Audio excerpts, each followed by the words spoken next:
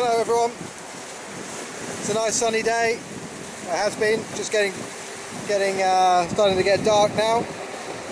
And I thought last chance to show you my hydros and what I've been doing with them. So we'll start with the original hydro bracket. So I'll quickly show you now. So of course, here you got we've got the damaged tie bar, and here we can see the bracket, original bracket for the hydro generator. So you can see now the bottom one down there is fixed to the boat, and then this kind of space frame thing holds the other one in place. So this bracket's in one piece, but you can see that I've actually strengthened it. So you can see where, down here, where I've ground away and I've put some unidirectional carbon fibre on there to try and reinforce it. And you can see the same there, and on the top there.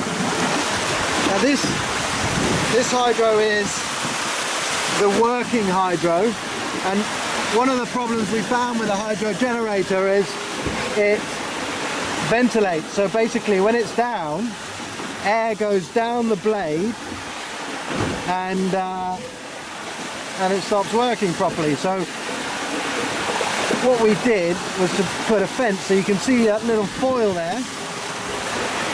I'll try and get a bit closer.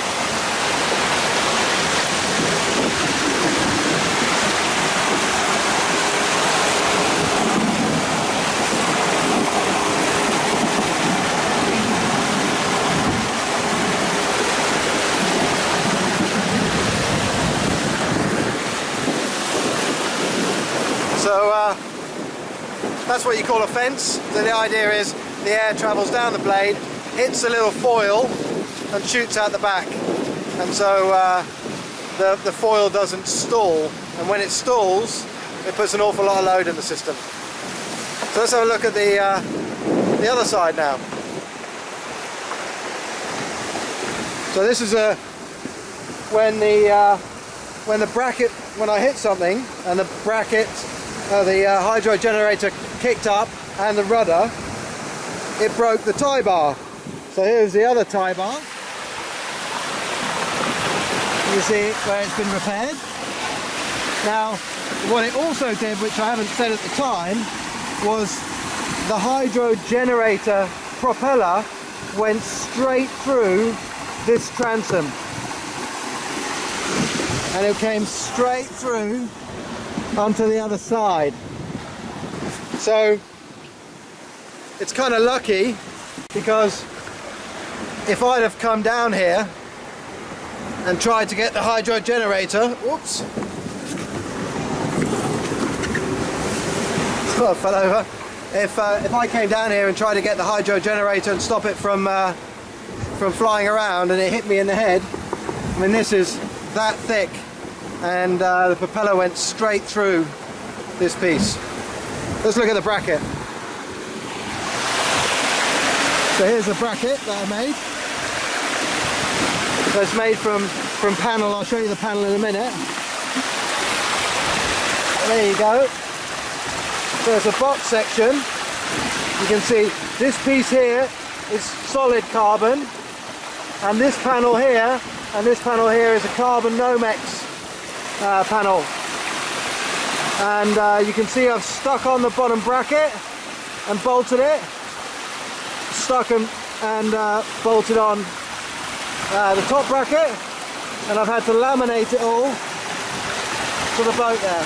You see, not very good laminating, I'm afraid, but it was kind of the best I could do. So look at the other side.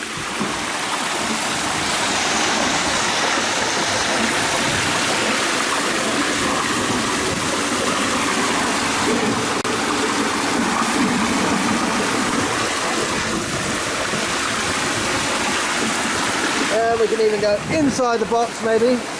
Put the light on.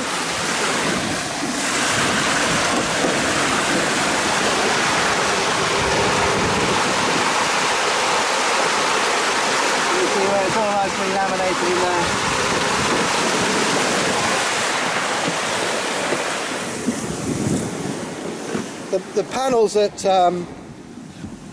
I made it with are stuff we carried, so if you I don't know if you can see this, it's probably a bit too far away. Let me move out the way a bit. So there's a piece of we call C-plate, so this is solid 6mm thick carbon plate, which I carried pretty much a metre square for use of, for doing these types of things. You can see that's not a very big piece anymore, so that's what I've been using to fix the tie bars and the hydro generator. There's not much left. And then the panel,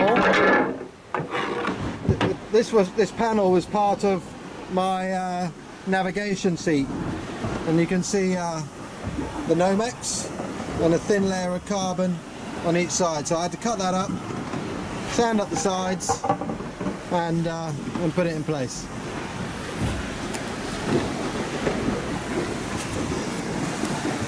It was a bit of a work up to do it. It took a long time to do it, but the actual job itself was relatively straightforward. But it took a lot of planning and preparation to make sure I didn't have to stop to do it, and also the right conditions. There's an awful lot of water down there, and although the resin I was using was able to work underwater even, having lots of water sloshing past just wasn't going to work. So relatively easy to do on the shore, not so easy to do on the boat while racing.